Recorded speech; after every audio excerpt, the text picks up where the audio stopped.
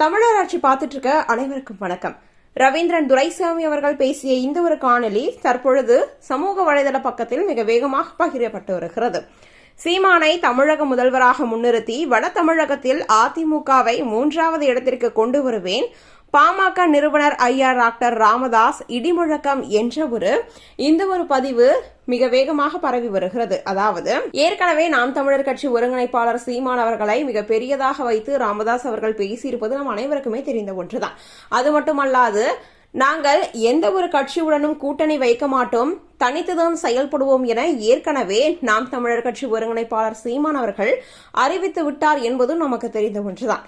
2024 இவர் யாருடன் கூட்டணி போடுவார், தனித்து செயல்படுவாரா என்ற ஒரு கேள்விக்கு ஏற்கனவே ரவீந்திரன் துரைசாமி அவர்கள் கருத்து கூறியதும் குறிப்பிடத்தக்கது. இந்த ஒரு தருணத்தில்தான் இவர் எடப்பாடி பழனிசாமியை முன்னிறுத்தி இவர் பேசிய இந்த ஒரு பதிவு மிக வைரலாகி வருகிறது. அது மட்டுமல்லாது, நாம் தமிழர் கட்சி ஒருங்கிணைப்பாளர் சீமான் அவர்களையும் வட தமிழகத்தில் அதிமுகவை 3வது இடத்திற்கு கொண்டு வருவேன் என்று பேசியதும் மிகப்பெரிய ஒன்றாகவே பார்க்கப்பட்டு வருகிறது. ஏற்கனவே திமுகவா இந்த அடுத்த தேர்தலில் இவர்கள் வெற்றி பெற மாட்டார்கள், நாம் தமிழர் கட்சி ஒருங்கிணைப்பாளர் சீமான் அவர்கள்தான் அடுத்த முதல்வராக வருவார் என்பது நாம் தமிழர் தொண்டர்களிடையே மிகப்பெரிய ஒன்றாகவே பகிரப்பட்டு வருகிறது. அதிலும் குறிப்பாக தற்பொழுது அன்புமணி ராமதாஸ் பேசிய இதுவும் தற்பொழுது வைரலாகி வருகிறது.